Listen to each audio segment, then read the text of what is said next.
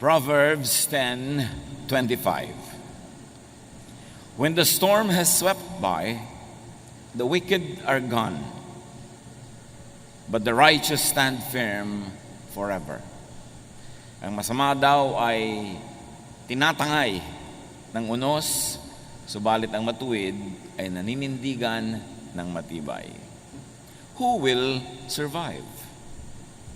Lord, salamat po dahil kayo ay patuloy na nagtuturo, nagpapaliwanag, nagpapalalim ng aming pananalig. Sa sandaling ito, kayo po ang siyang mangusap. Kami po inyong turuan, kayo ang tinig na aming marinig. Pangaralan niyo po kami. At nawa ang mga aral na magmumula sa inyo, maging gabay sa araw-araw na pamumuhay, magbukas ng aming pananaw at makita namin na iyong kaluwalhatian. Be our preacher, our teacher, O God. We seek you in the name of your Son, Jesus. Who will survive? Laging yan ang tanong, laging yan ang concern ng marami. Pagka dumating ang mga malalaking mga crisis, how do you survive?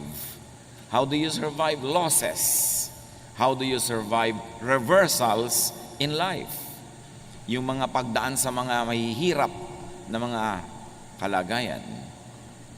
A reversal in fortune broke Job's wife. Ang asawa po ni Job, nung nakaranas sila ng napakaraming pagbabago ng kanilang buhay, nasira ang kanyang paninindigan at pagkatao. Job 2:9-10, his wife said to him, "Are you still maintaining your integrity? Curse God and die." And this happens because changes break or make people. Pwede ang pagbabago ay makabuo o makasira sa tao.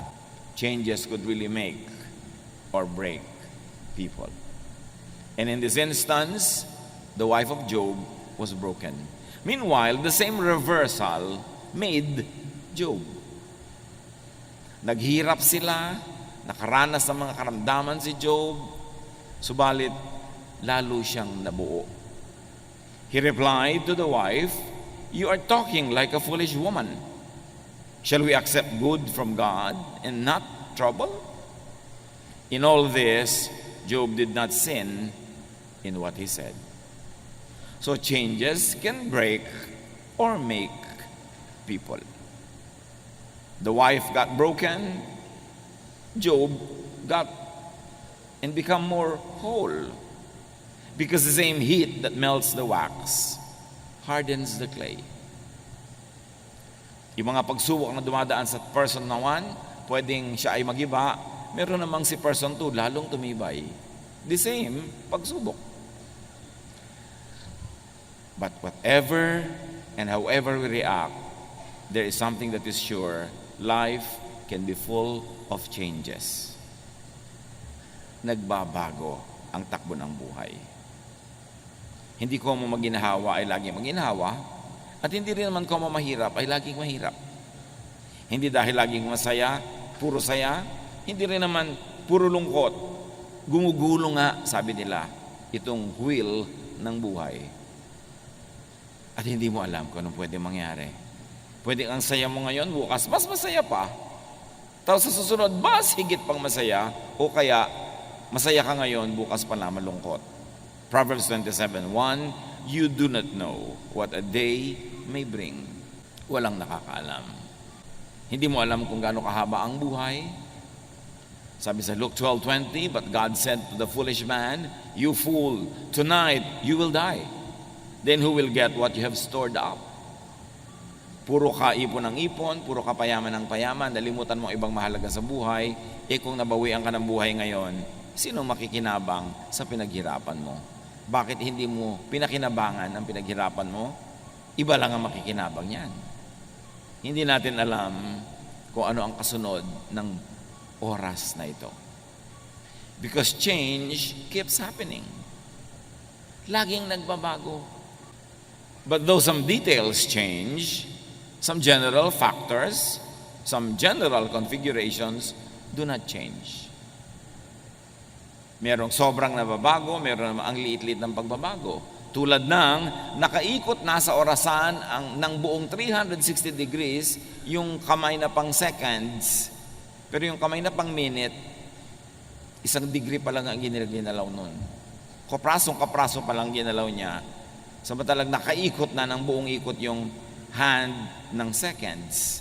Meanwhile, nakaikot na ng buong ikot yung hand for minutes, kapraso lang iginalaw nung for hour. Ganun. May mga malalaki, may mga maliliit na nangyayari, pero laging may nangyayari. Ecclesiastes 1:5-7. The sun comes up, the sun goes down, it hurries back to where it started from.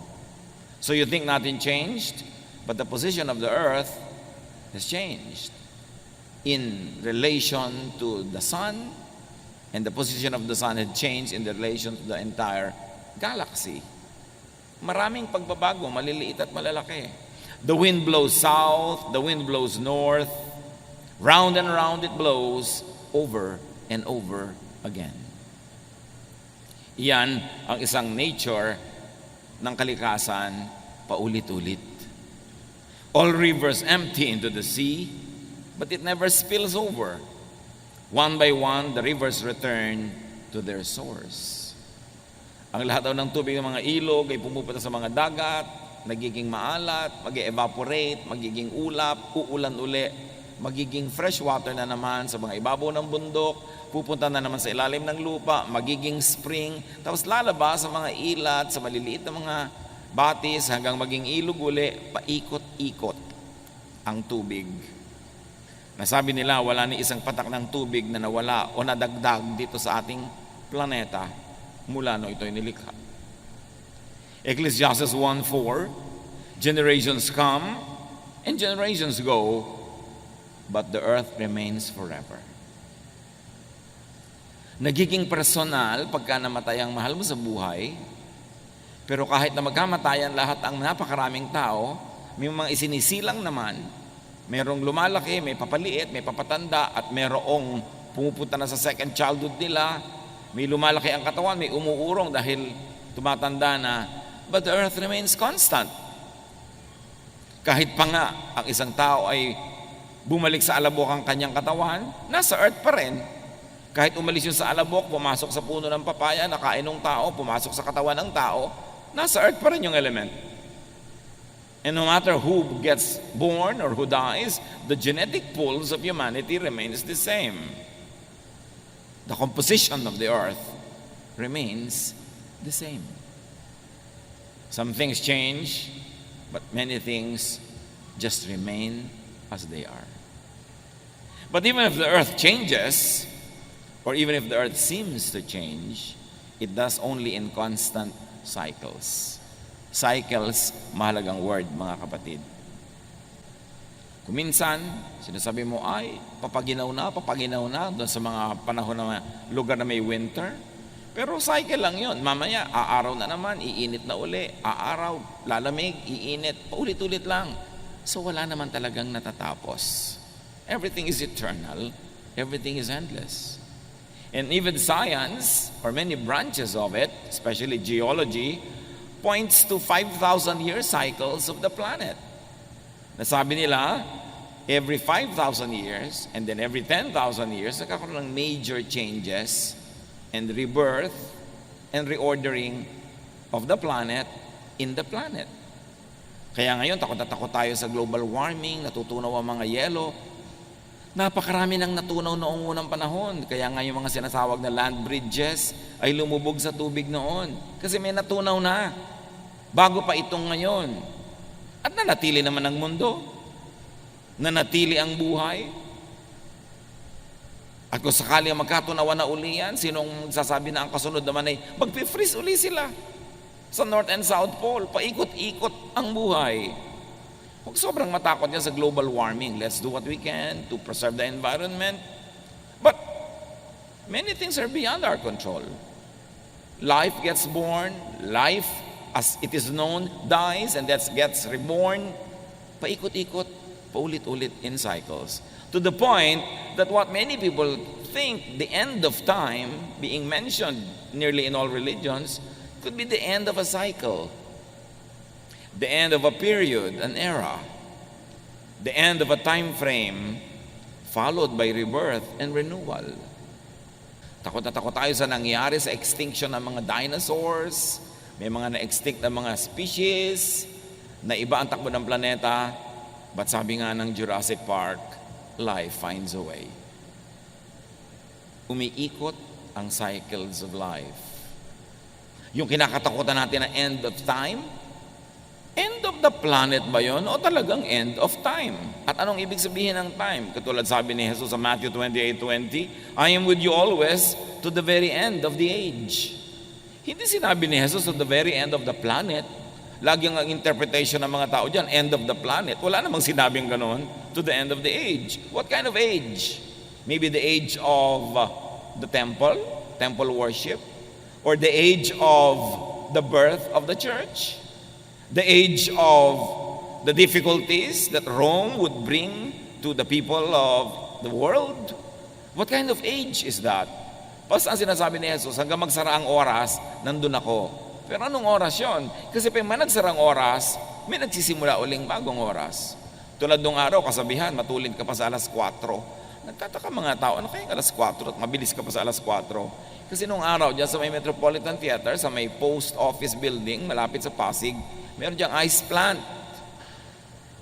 At pagpitada ng alas 4, tutunog ang sirena, ang mga tao off na sa trabaho. At yung iba, pagpitada, nandun na sila sa gate, ang bilis nilang lumabas pa uwi, kaya sabi mabilis ka pa sa alas 4. Pero nung natapos ang oras ng trabaho sa alas 4, nagsimula naman ang oras ng kanilang private life. So pag may natatapos na oras, may nagsimulang bago. Huwag kang laging matakot sa end of time. Because whenever there's an end, there's a new beginning. 1 Corinthians 10:11, these things happened to them as examples and were written down as warnings for us, on whom the culmination of the ages has come. Kita nyo sa Corinthians, sinasabi, ito isinulat para sa atin, babala sa atin, sa panahon natin, dumating na ang end of time. 2,000 years ago na yan Ibig sabihin, yung end of time na yun, hindi end of all time and of the planet, end of some time that was known to them. A kind of epoch, a kind of era, a kind of period characterized by certain qualities that would end because other qualities would be born. 1 Peter 1:20, He was chosen before the creation of the world, but was revealed in these last times for your sake. So Peter was referring to Jesus. Sinasabi niya, bago pa nilikha ang mundo, siya inapili na isusugo. At ngayon, isinugo na ngayong mga huling araw. Again, 2,000 years ago na yung mga huling araw na yon. So yun ay mga huling araw ng ano? Huling araw ng Judaism? Huling araw ng rule ng Rome over Israel? Huling araw ng ano? Pero hindi sinabing kahuli-hulihan ng lahat-lahat ng panahon. Which of course, religion sometimes misreads, misinterprets, and scares everybody with it. Acts 2:17, in the last days, God says, I will pour out my Spirit on all people. Dumating ang Espiritong Banal, napuspos ang mga alagad ni Jesus na nagtitipon-tipon sa isang kwarto. At nung sila'y puspusin ng Espiritu, naglabasan sila speaking in various tongues, in many different languages. At nung ipinapaliwanag ni Pedro yung phenomenon na ito sa mga taong hindi nakakaunawa, sabi niya, hindi ba? Sabi ni Prophet Joel, in the last days, God will pour out His Spirit on all people. Heto na yun, nangyari na. God poured out the Spirit and these people are speaking in the Spirit. Pero yung tinutukoy na yun ni Pedro, Acts chapter 2, happened 2,000 years ago. Yun na pala yung last days. Di kung last days yun, dapat wala nang today. Ibig sabihin, last days yun of something, of a period. And in fact, it could be read as last days of being governed by the law of Moses, because now they would be governed by the law of love through the Spirit. So, days ended, the days of Moses, and the beginnings of Jesus, the Jesus time for His church began. If you like to read it that way. So, wag lagi tayong natatakot sa mga end, sa mga changes. Tulad ng meron tayong mahal sa buhay, matatapos ang kanyang buhay dito sa lupa. siya ay malalagutan ng hininga, hindi yun nakakatakot kasi pagkatapos ng panahon na yon, may bagong panahon na magsisimula sa kanya. Because everything repeats. Everything runs in cycles. Life is indestructible. Tuloy-tuloy ang buhay. Naiiba lang ang ating consciousness. 1 John 2:18, this is the last hour. And as you have heard that the Antichrist is coming, even now many Antichrists have come. This is how we know it is the last hour. And again, this was written in the first century. As sinasabi ni John, ito na yung last hour. End of the world? No. End of a world. A certain world as people lived it, as people knew it, as people defined the world by. That hour of end had come. The beginning of the age of the Spirit became very, very clear. 2 Timothy 3:1, but mark this, there will be terrible times in the last days. And if you like to look at the history of Israel, the context of all of these writings, those last days were the last days of Israel as a nation under the temple, because Rome destroyed the temple and Jerusalem and dispersed all the Jews. So that age ended. Not the world, not the planet. So changes. Huwag tayong matakot sa change. Hindi naman natin kayang pigilin. Ayan, ang mga anak mo lumalaki na. Daddy, hindi na tayo ang kausap ng mga anak mo kung sino-sino na ang kausap sa text. Darating eh. Kaya naman dapat yung mga bata marunong mag-assure sa mga magulang na bagamat nagkakaroon sila ng mga kaibigan, may mga iniibig-ibig sila dyan, na yung magulang nila, priority pa rin mahal nila para hindi matakot yung mga magulang sa change. Lalo pag may mga anak na nag-asawa, biglang ang tao na lang sa mundo yung asawa niya. Nakalimutan na yung magulang. So, merong time na nag-change, nag-end. What was that? Nag-end na ang panahon na anak natin siya. Naging asawa na lang siya ng iba. So, dapat yung ganun mga kind of changes, kinukusyon natin yung impact at binibigyan natin ng assurance ang mga stakeholders in our lives na tuloy ang buhay. May naiba lang na elemento, a certain element of that world ended, but a new world begins. Dati, ako lang po ang anak nyo, ngayon nag-asawa na ako, dalawa na kami. Hindi nyo siya naging kahati sa aking pagmamahal, kundi naging katulong ko pa sa pagmamahal sa inyo. Dapat ganun yung mga assurances, para hindi natatakot ang mga tao sa change, kundi nagiging beneficial pa nga yung change. Ecclesiastes 3:1, there is a time for everything and a season for every activity under heaven. At inisa-isa yon, there's a time to be born and there's a time to die. Walang katakataka doon. So, pag tiningnan nyo ang isang bagay with your naked eye, para walang nangyayari. Pero pag tiningnan nyo sa microscope, ang dami pala nangyayari. Kahit yung kalangitan, pag tiningnan nyo with the naked eye, parang the same naman lahat. Pero pag nag-telescope ka, ang dami pala nagagalawan dyan, ang dami mga nangyayari. So, nasa pananaw lang natin yan. Kailangan nakikita natin, na-appreciate natin ang mga paggalaw ng mga planeta, ang paglubog ng araw, dahil para sumikat uli siya, from the point of view, of course, of the rising and the setting of the sun. But life is about change and also non-change.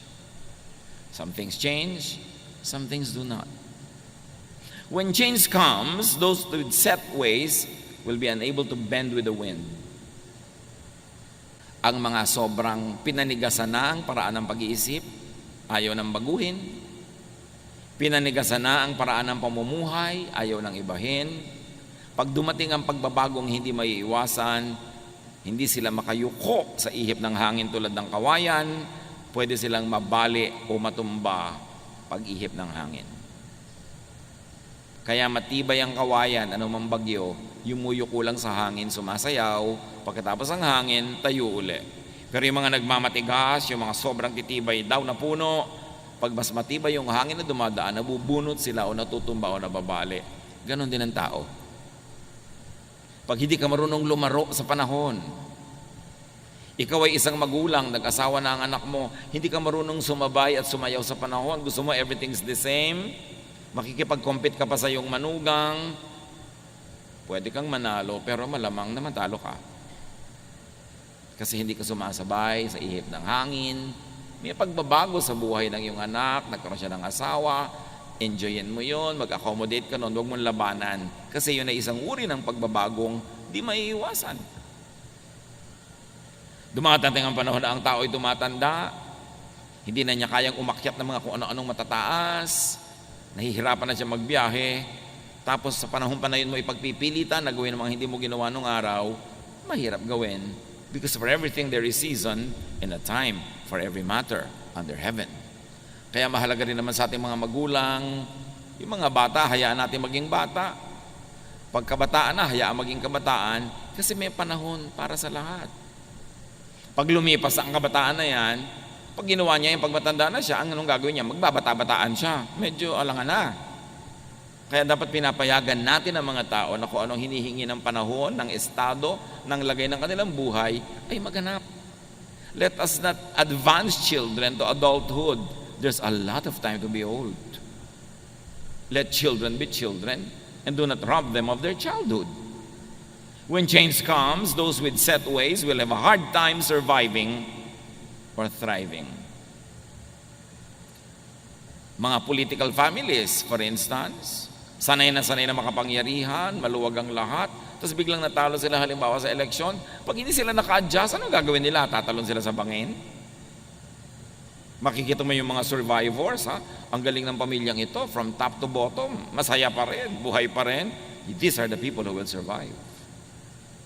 Hindi yung dati kayong mayaman, naghirap kayo, puro na kayo ngayon lungkot at puro kayo pagmumukmok. Kung panahon ng mayaman, edi mayaman. Kung naghirap, edi mahirap. Make the most out of it. The people who have this mindset will survive. Nung panalo, edi panalo. Nung natalo, edi talo. Ano man, ang kalagayan sa buhay, niyayakap, tinatanggap, and then you make the most out of it, you will survive. Rigid habits could become gods. Kaya ang hirap-hirap magbiyahe ng mga taong kailangan ito ang unan ko, kailangan ganito ang kama ko, kailangan ganito ang iniinom ko sa umaga, kailangan, sa bahay ka na lang, hindi ka na pwede magbiyahe nun. Kasi pag nagbiyahe ka, merong maiiba. Habits could become gods. Kaya tiyakin natin ng mga kapatid na yung mga habits din natin, tayo ang Panginoon ng habit, hindi yung habit ang Panginoon. Yes, nakasanayan mo na matulog sa ganung oras, pero mga panahon hindi pwede yun. So dapat ma-control mo yung sarili na mag-adjust sa panahon kasi may panahon na dapat talagang ibahin yung habit. Traditions, lifestyles, religiosity, even very stiff religious doctrines could become prisons. Like rigid habits. Nakukulong ka. Hindi ako pwedeng kumain yan kasi ganitong araw ngayon. Hindi ako pwedeng kumain yan kasi ganon-ganon. Nakukulong ka. Imbes ang dami mong nakakain tuloy, nagkakaroon ka ng limitasyon. Yung mga certain lifestyles na kailangan ganito lamang ang aking kakainin pag umaga. Paano kung wala ka sa bahay mo? Rigid habits could become liabilities. Imbes yan ay maging katuwang mo sa pagpapasaya ng buhay, magiging amo mo. At mahirap sumaya pag maraming amo. Yung taong madali mag-adjust, yan ang taong liligaya. Kaya pati ang bata, kahit kayo mariwasa, sinasanay nyo ko minsan na kulang ang kanyang pera, hindi nabibili ang kanyang lahat ng gusto mo, hindi siya laging masaya, hindi siya laging pahingan, pinapagod nyo rin kahit na may mga kasama kayo sa bahay, binibigyan nyo ng mga trabaho. Kasi sabi ni Balagtas, lagi natin binabalik-balikan ang ilang linya sa Florante at Laura at namnamin natin, bagamat marami sa mga ibang salita nito yung matandang Tagalog, pero hindi naman mahirap maintindihan. Ang taong magawi sa ligaya at aliw, mahina ang puso't lubhang maramdamin. Inaakala pa lamang ang hilahil na darat ni di na matutunang bathin. Ganon doon ang puso na masanay sa saya, sa tuwa, nagiging sensitive. Ini-imagine pa lang niya ang darating na trouble, hindi na niya malaman kung paano magsusurvive. Para ng halamang lumaki sa tubig. Dahoy nalalanta, munting di madilig. Ikinaluluoy ang sandaling init, ganyan din ang pusong sa tuway maniig. Yan daw, puro sanay sa saya, sa ginhawa, parang halamang babad sa tubig. Subukan mong mawala yung tubig, tuyo agad. Mabuti pa yung cactus, kahit isang linggo ng tuyo, buhay pa rin. Kasi sobrang nasanay sa ginhawa. Sabi nila, ibang-iba na mga bata ngayon. Pero ang totoo, ibang-iba ang mga magulang ngayon. Sobrang magpasunod. Yung tatay at nanay sa umaga, yuyuko na sila sa lupa dahil lalabas na ang anak nila sa kwarto. Sambahin ang anak. Napakaraming ganon. Munting kahirapay, mamalaking dala. Dibdib palibhasa, di gawang magbata. Hay bago sa mundo'y walang kisap mata, ang tao'y mayroong sukat ipagdusa. Galing ni Balagtas. Sabi niya, hindi ka sure. Isang kisap mata o kalahating kisap mata pa lang, kalahating kurap mo, pwedeng maiba ang yung fortune, maiba ang yung buhay. Mahal na mahal ng magulang yung anak, yung dalawang mag-asawa, sa isang aksidente, bigla silang namatay sabay. Paano natin si spoiled brat? Magulang lang nagtsatsaga sa mga spoiled. Babatok-batukan lang yung mga tiyo-tiya nila pagka bigla nilang kailangan alagaan yun dahil pinalaki nyo sa sarap. Kailangan sinasanay. Ang bata, tinuturuan mo makisama.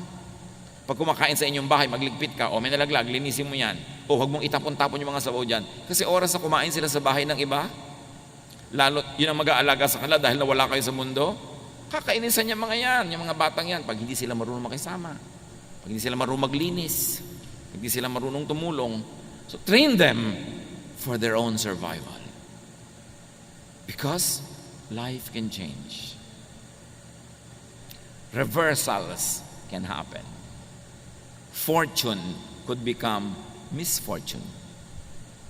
At habang lumalaki naman mga bata sa hirap, turuan nyo rin naman na kumain ng tama, humawak ng mga kubyertos ng tama, dahil baka naman sakaling umasenso ang inyong buhay at makarating sila sa maraming mga magagandang mga pagtitipon, kung kumakain sila na parang sa labusab, di syempre, nakakadirihan naman sila. Sanayin mo rin. Dahil ang kahirapan naman, pwede rin mabago baka umasenso din. Malamang, lalo ko ang tao'y naghahanda sa pagbabago. The righteous, meaning the wise, adapts to changes. Importante yan. Pag sinasabi sa Bible na righteous, ang madalas doon, hindi ibig sabihin religious morality. Ang ibig sabihin ay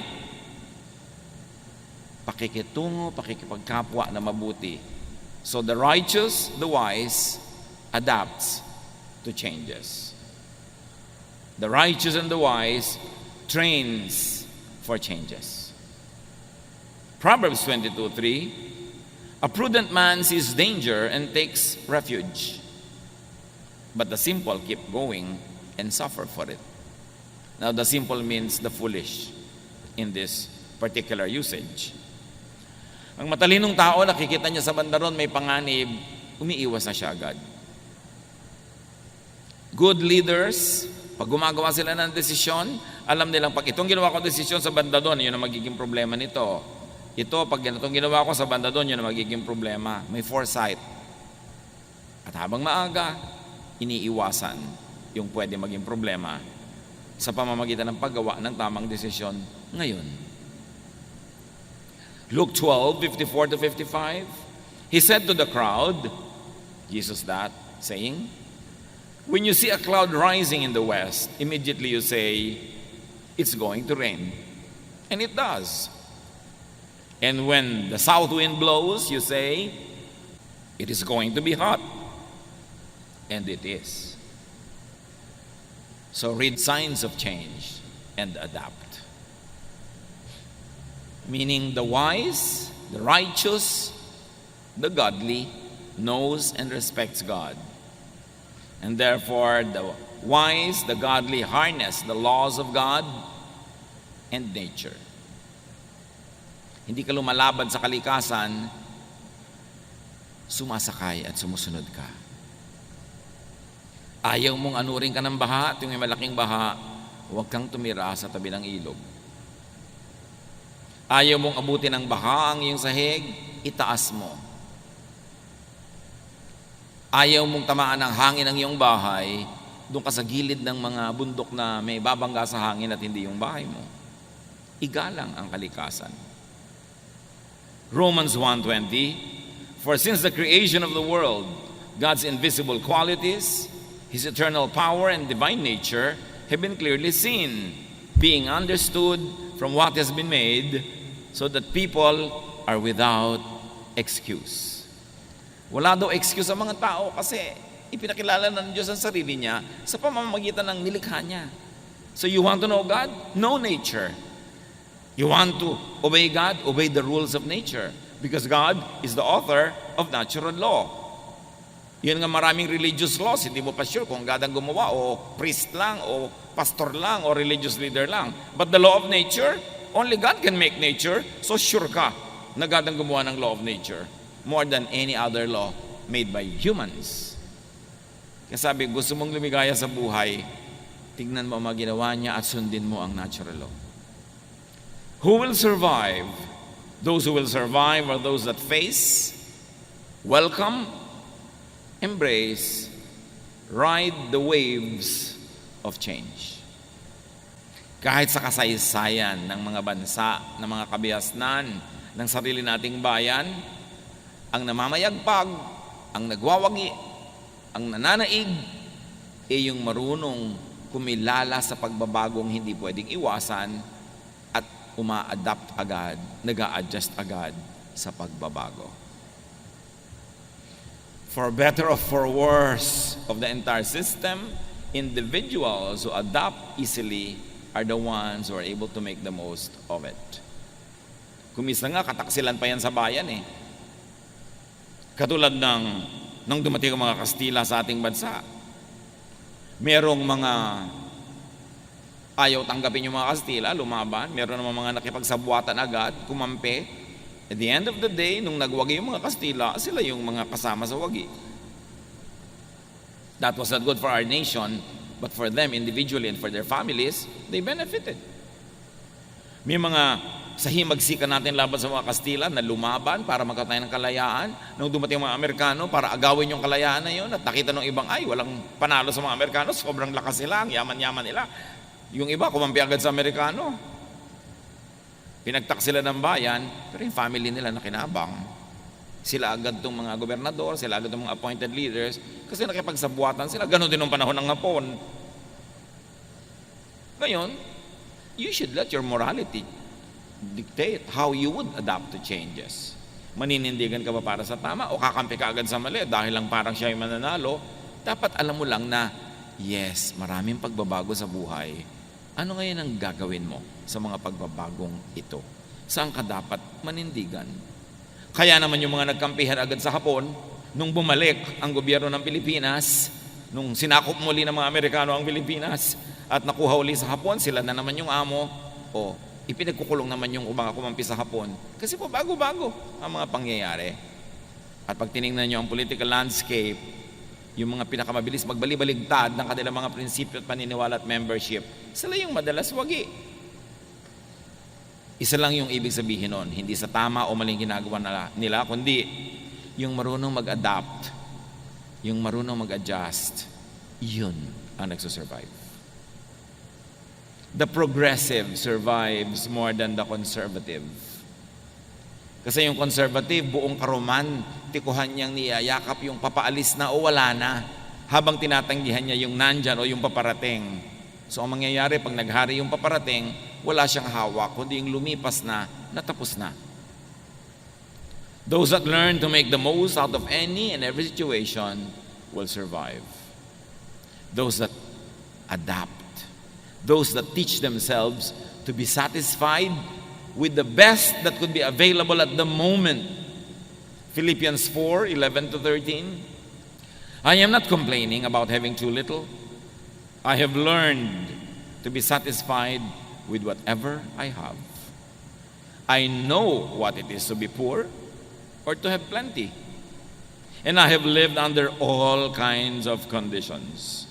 I know what it means to be full or to be hungry, to have much or too little. Christ gives me the strength to face anything. Yan sinabi ni Paul. Sa meron at wala, sinisikap kong maging makabuluhan at kung pwede pa'y maging masaya.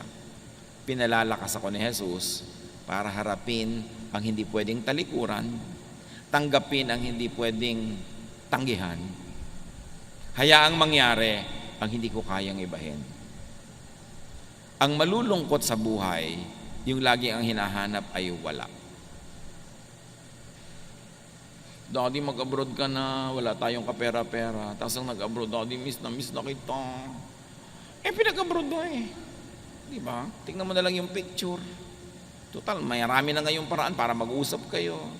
Pero huwag mo siyang lagi, I miss you, tuloy uuwi na. Pag umuwi na, ba't umuwi ka na? Enrollment na. Hindi na malaman ng tao kung saan siya pupunta. Meron naman, gusto mag-abroad. Pag nasa abroad na, naku, miss ko ang Puto Bongbong, naku, miss ko ang Kamet Chile, miss ko ang Siniguelas. Nag-abroad ka Di kumain ka ng pumpkin. Kumain ka na kung ano-ano dyan. Hindi yung nandun ka, iniisip mo nandito. Pag uwi mo naman dito, ang init-init naman dito, mabuti pa sa Canada. Yung iba pa, mabuti pa sa Canada. Di ba? So, nandito ka. Pag nandito ka, enjoyin mo dito. Pag nandun ka, enjoyin mo. Hindi yung kung nandun ka, ito iniisip mo, nandito ka, yun ang iniisip mo. Kahit sa ka pumunta, sala sa init, sala sa lamig, lulungkot ka lang. Dapat kung ano yung katotohanan na hindi mo pwedeng palitan o pinili mo pa nga, tanggapin mo nang sumaya ka. Proverbs 10:25, when the storm has swept by, the wicked are gone, but the righteous stand firm forever. Again, yung wicked dito at yung righteous, hindi moral yon. You could read it in original language and it will accommodate that righteousness here doesn't mean religious morality. It means wisdom. The wise will stand forever, the foolish will be destroyed.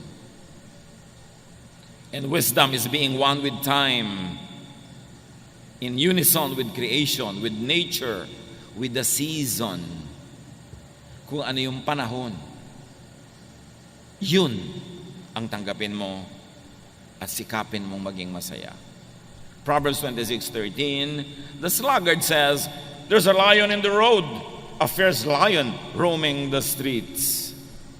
Yung daw tamad, yung mabagal, yung patay-patay, may nakitang leon na nasa kalsada, sabi niya, ay may leon, nakakatakot na leon, pero wala naman siyang ginawa. Tapos lalabas pa siya, nakain siya tuloy ng leon. Dapat may ginagawa ka. Huwag mong tatanggapin ang sitwasyon na gano'n na lang. Huwag mo sasabihin, ganyan lang talaga yan. Kasi pag ganyan lang talaga yan, sinabi mo na, ibig sabihin, wala kang babaguhin. Dapat pag hindi maganda ang sitwasyon, hindi mo sinasabing ganyan lang talaga yan. Ang dapat mong sabihin, dapat hindi ganyan. At may gagawin tayo para maiba yan. Then may iba mo ang iyong buhay. Pero yung naku, wala akong magagawa. Sa salita mo pa lang, nag-decide ka na walang magagawa. Ano pang magagawa mo sa tunay na buhay? Dapat sabihin mo, no, may magagawa tayo para ibahin yan. Para maiba mo ang iyong buhay. Pero pag nagawa mo na ang lahat ng kayang gawin, sagad na, nando na, wala ka nang ibang pwedeng gawin, tanggapin mo na and be happy with it. That's how you will survive. Ecclesiastes 7:10, do not say, why were the old days better than this? It is not wise to ask such questions. Hindi daw mabuting laging nagdadrama ng buputi po nung the good old days, the good old days. Tapos na yon, magpagulong-gulong ka man dyan, hindi na babalik yung days na yan. Ang gawin mong atupagin mo, make these days good. Huwag kang magdramang bukid ka, titingin doon sa tapos na, puro romansa, puro mga sentimiento. Walang mangyayari sa buhay mo. Kailangan, if the days were good, those days, you make these days good also. But stop dramatizing the good old days. Just ride with the times. No, kung nung araw, nung buhay ang atin nyo, ganito, ganoon, ngayong wala nang atin nyo, ganito na. Wala na Adjust, adapt. Pag lagi mong inuulit-ulit yan, maiinis pa sa iyo mga iba mong anak dahil lagi mo dalang sinasabi, yung nung nandito ang atin nyo, nung buhay ang nanay nyo, ganyan. Ngayon, wala na nga. Paano? Anong gagawin mo? Adjust. So you will survive. So you will thrive. Ecclesiastes 7:14, when the times are good, you should be cheerful. When the times are bad, think what it means. God makes them both to keep us from knowing what will happen next. Pag daw masaya, magsaya ka. O kung malungkot ka. Pero hindi yung oras ng saya, doon ka naglulungkot. Tapos nagsasaya yung iba, doon ka malungkot. O kaya ang lungkot ng iba, doon ka naman tawa ng tawa. Wala ka sa lugar. Sabi kong, masaya, magsaya. Kasi lahat yan, gawa rin ng Diyos. At kung hindi man niya sinadyang gawin, pinayagan niya mangyari dahil sa mga ibang dahilan na maring hindi mo batid, ride ka na lang sa panahon. Kailangan, di ba? Sabi ni Sampaguita, panahon na para magsaya. Kung umabot kayo kay Sampaguita. Umabot pa kayo dyan mga anak, di ba? May Google naman, Google nyo. Hindi yung, sabi niya, ayaw ko ng pa-try. Gusto kayo todo bigay. Kasi kung masaya, di sayahan na. Huwag nang pigil-pigilin ng mga sarili. Kasi baka bukas lungkot naman eh. Tapos manghihinayang ka. Tulad ng ang daming pagkain, nag-iinarte ka pa, ayaw mong kumain. Pag uwi mo, sayang naman, hindi ko nakain. Sayang, hindi ko nalulun yung buong baka. Kasi hindi mo pa ginawa nung nakahain. Kung ano yung meron sa iyong kamay ngayon, yun ang enjoyin mo. Just make the most of time. Make the most of opportunities. Paano mo haharapin ang mga panahon ng lungkot? Paano ka maghahanda sa mga panahon ng hirap? Habang pwede, magsaya ka. Habang pwede, mag-impok ka. Enjoyin mo ang kariwasaan. Para kung dumating yung kahirapan, your memory will make you go through the difficulty. Yung mga saya na inabot mo, yun ang magiging baon mo sa madidilim, malulungkot na mga araw na darating sa buhay. Kaya yung may opportunity to be happy, take it. Because there will be days of sadness. There will be days when there's nothing you can do but accept it.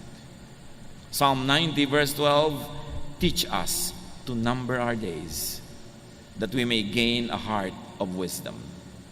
Turuan niyo po kaming bigyan ng katuturan ang bawat araw na dumadaan sa aming buhay. Huwag masayang ang oras. Matthew 6:34, sabi ni Jesus, therefore do not worry about tomorrow. Tomorrow will worry about itself. Each day has enough trouble of its own. So how do you survive? How do you prevail? Harapin mo lang yung hawak mo ngayon today. Yung bukas naman. Hindi yun pang ngayon. Many people break down because they solve the problems of today, and tomorrow they solve it today. No, the grace given to you by God is good only for your problems today. Tomorrow's problem will be accompanied by tomorrow's solutions. Hindi mo dapat paghati-hatiin ng konti mong lakas hanggang sa 3 years pa from now, sinosolve mo na. Pagdating nun, may kakambal yun na solusyon. Yung problema mo ngayon, may kakambal na solusyon. Focus on it and you will go through it. Kasi marunong si Lord. Alam niya ating load limit. The Lord does not allow us to take more than what we can bear. Bakit hindi ko po makaya? Kasi hindi pa binibigay sa iyo ngayon, pina-fast forward mo na Kaya hindi mo na makaya. Huwag mo nang isipin yung masyadong malayo pa. Yun lang ngayon. Yung ngayon, kaya mo yan kasi alam ng Diyos ang ibinibigay niya sa iyo. Sukat. Parang tulay, nakalagay 10 tons, 20 tons, may load limit. Alam din ni Lord ang load limit natin. Even temptation nga, sabi, the Lord will never permit you to be tempted beyond your strength. So, allocate natin yun. Pakinabangan natin yung binibigay sa atin ng Diyos. Focus on the task at hand. Tomorrow's needs will be accompanied by tomorrow's provisions. Kaya pati sa prayer, sabi ni Jesus, give us this day our daily bread. Paano po pag nagutom kami 20 years from now? Ang layo pa nun, yung pagkain niya, tiyan mo ngayon at sikasuin mo. May makakain ka ba ngayon? Meron po. Siya, magsaya ka na ngayon. Bukas mo na isipin yung iba. Hindi ibig sabihin na huwag kang magplano, huwag kang maging good planner sa buhay. Pero plan, but do not worry. Plant so that tomorrow you will harvest, but do not dig today what you plant today to see if it is growing. Leave it alone. Go back to it tomorrow. Lahat may panahon. Face challenges one at a time. That is how you survive. Nakita nyo ang tulay, ang load limit, 10 tons. So pag may dumadaang truck na 10 tons, kaya niya. Pero yung 3 truck na sabay-sabay na dumaan doon, guguho. Kasi hanggang 10 lang Tayo din may limit. So face your challenges one at a time. Huwag niyong pagsabay-sabayin. At ang madalas magpahirap sa atin na nagsasabay-sabay ang problema ay ating guni-guni, ang ating imahinasyon. Pag inisip na natin lahat, sabay-sabay na darating yan, para na tayo magigiba. Pero hindi natin naiisip yung kasabay na solusyon pag dumating yun. Survive, thrive, and very importantly, train children to survive. Practicein nyo silang mahirapan. Practicein nyo silang makisama.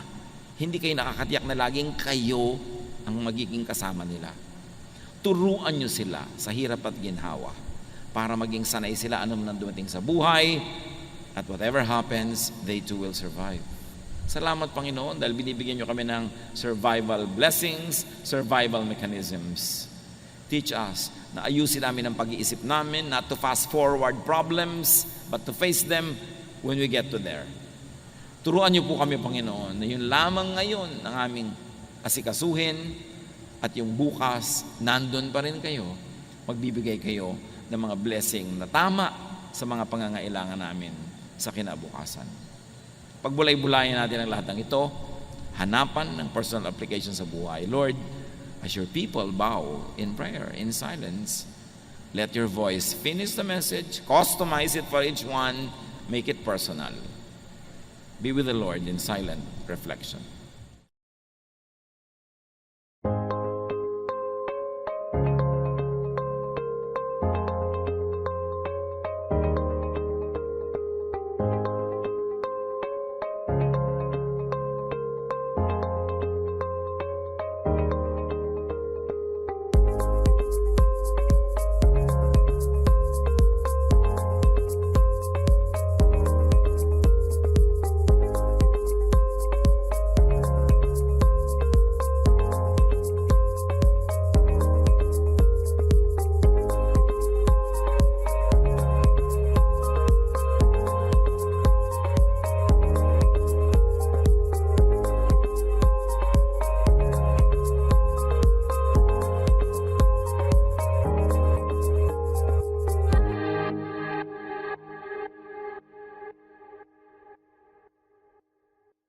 Love to you, mga pamangkin.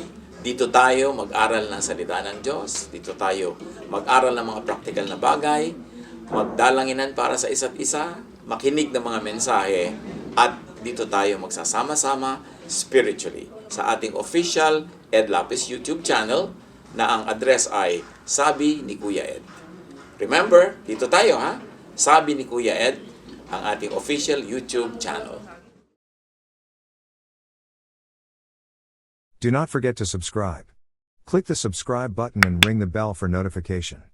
Like, comment, and share our official YouTube channel.